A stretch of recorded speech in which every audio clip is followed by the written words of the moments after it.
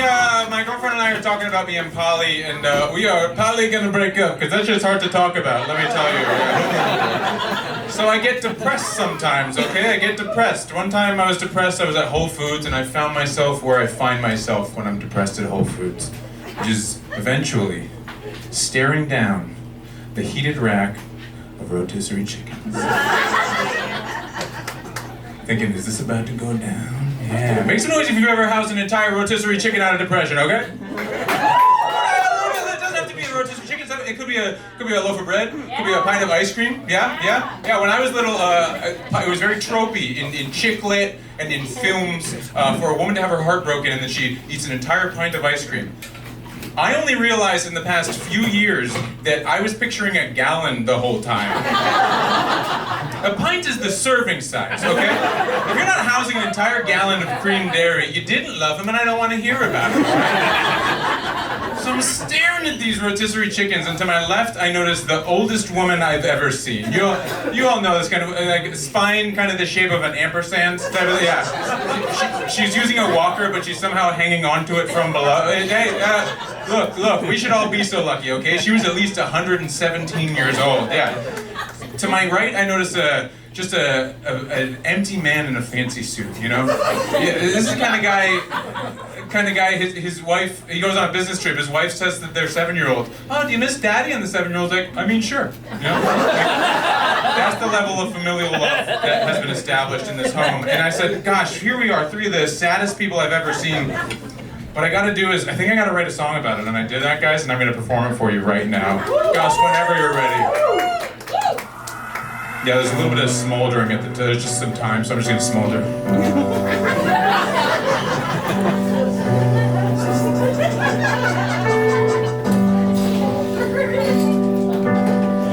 Johnny just got off work, ain't seen his kid in months. Told him he'd call him daily, he only did it once. New client so damn needy, hates being on another coast, but he also kinda likes the space, and that's what he hates the most. Cause he knew what the life that he wanted was, now he's got it, he's gotta enjoy it. If he doesn't, then why in the hell did he settle down? Maybe he ought to destroy it.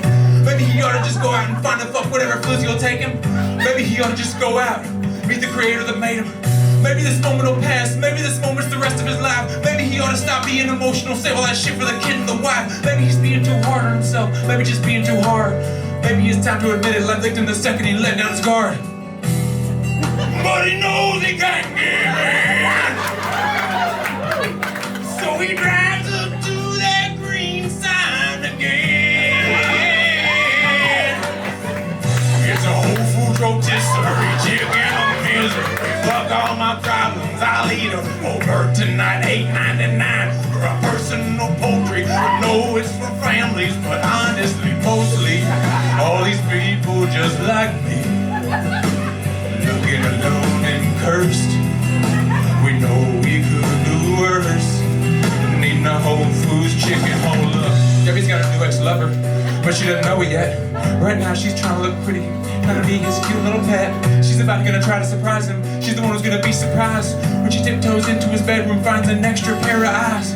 Maybe she kills them both. Maybe she keys his car. Maybe she stops as a cute motherfucker she meets at her favorite bar. Maybe daddy was right, maybe mama fucked them both up for good. Maybe it's time to just throw in the towel and slow stuff and go out and live in the woods. But you know the game, so she drives up to that green sign again. It's a Whole Foods rotisserie chicken of misery. Fuck all my problems, I'll eat a whole bird tonight. $8.99 for a personal poultry. I know it's for families, but honestly, mostly all these people just like me. Looking alone and cursed, we know we could do worse. Needing a Whole Foods chicken whole. Now, ladies and gentlemen, I know y'all are here tonight with your loved ones and your plus ones, but we got other guests in tow as well, and those are our demons, all right? Now, we got good routes to dealing with our demons and bad routes, and I know that sometimes we lack the strength to take the good route, but I cannot in good conscience allow y'all to take the bad route. And that's why I'm here, as a representative of the Amazon, Jeff Bezos, Whole Foods, Washington Post Corporation, to say there's another route, a middle ground if you will. It's a Whole Foods rotisserie chicken.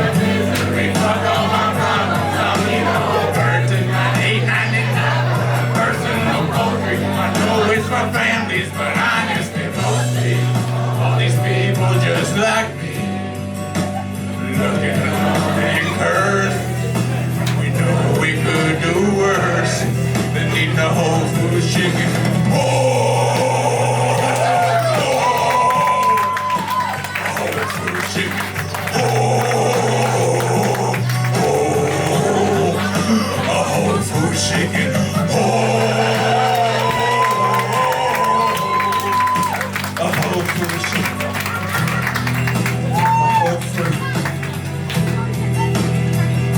it'll make you whole.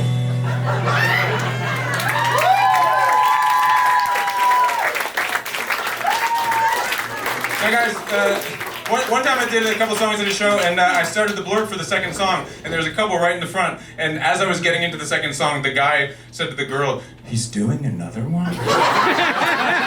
So just warning you, I'm doing another one right now, okay, and then I'll be out of here.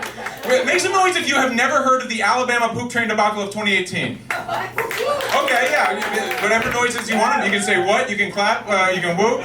So, what do you think New York does with its poop? Miss? Into the sewage system. Yeah, I thought maybe one of the rivers, the ocean, or something like that. New York sends its poop, it turns out, all the way to a dump in Alabama on a train. I know we're on the West Coast, so in case you don't know, that's kind of like if LA sent all of its poop to a dump in Alabama. It's just far, okay? It's far away. And one time, the dump town said, "Oh, we're all full on poop, actually. We don't want any more." And so they passed an injunction, no poop train. But the poop train had already left the station, unfortunately. And so this is true. You can read it in the Washington Post. They did Watergate, the Pentagon Papers, and now they're blowing the lid off the poop train conundrum, okay? This poop train was stopped for 2 months in the town of Parrish, Alabama. 56 train cars. 10 million pounds of New York poop. Now I'm a student of country music. And there's a trope in country music where a boy and a girl meet at a landmark just outside of town. You know, sometimes it's a barn, sometimes it's a water tower, sometimes it's a holler. I don't know what a holler is, but they meet there, okay? Trust me. Just the tiniest bit. Tweak this trope the tiniest bit as a creative writing exercise and just see if I can keep it as grounded as possible. And so I wrote another song, and I'm going to do it. You guys can let me know if it's grounded or not. Just whenever you're ready. Yeehaw! All right. Song about loving. I was 17, she was more or less. She was dirt jeans, I was Sunday best. Can't imagine that I met her down by the poop trains. Long old legs and a dimple grin. I don't even know what month I was in. What's a little thing like her doing down by the poop trains? I said, you ain't from this town, I think I know them hips. And then she turned right around and opened up her lips. I'm the poop train girl, I sprang up from the dookie. A fully formed and fully horny and fully spooky turd with the soul of a demon and the shape of a lady. My best friends are a bird and a baby with rabies. I've been for 1,000 of years, nobody's talked to me. You're the first one, do you want to play some Monopoly? It's my favorite game and I've got most of the pieces. And if you want candy, I've got most of the Reese's. So she's a bit of a bunch, but now I'm thinking and developing a bit of a hunch that I could make the greatest, finest choice of my life to turn the poop train girl into my poop train wife. Sure, she got a couple screws loose, and her house is a caravan full of deuce. But I believe that every man should fight for love. So I got down on one knee, I looked above. I stared in her eyes, they were brown and dead. I found my courage, here's what I said. I know we just met, and you're a little scary, but poop train girl, baby, will you marry me? Yes, 1,000 times yes. In one of my poop trains, I've already got a dress. It's made from the feathers of my bird best friend. Did I mention she met an untimely end? See, she and the baby tried to eat my Reese's. I chased and they fell in my crates of pieces. I could only say one, it was quite the quandary for the honeymoon. Would you like to play Monopoly? Then I showed up, I'm the voice of the baby. They asked me to officiate and I said maybe. Officially, I really kind of didn't want to do it because I love my life with Brenda and I didn't want to screw it up. Brenda is the poop girl's name. He proposed without knowing it. Isn't that insane? Then again, being insane is all I'm good for. Because secretly the bird didn't fall, I pushed her. And the baby showed up and he buried us. Ain't life just a little bit hilarious? One day you're the son of the governor, stumble on a poop demon, accidentally summon her, throw away your scholarship debating the Yale, so you can raise a rabbit baby trying to send you to hell, and grow old with a woman made of bowels, drink a lot of Listerine and eat a bunch of owls. Never see your family relinquish all your property, and God knows you'll play a lot of Monopoly. So that's the story of my discharged devotion. My excrement elopement is really just the notion that a small time boy met a poop train girl, got married, had babies in the poop train world. By poop train world, I mean really just the poop train. And by babies, I I mean really just the one with brains.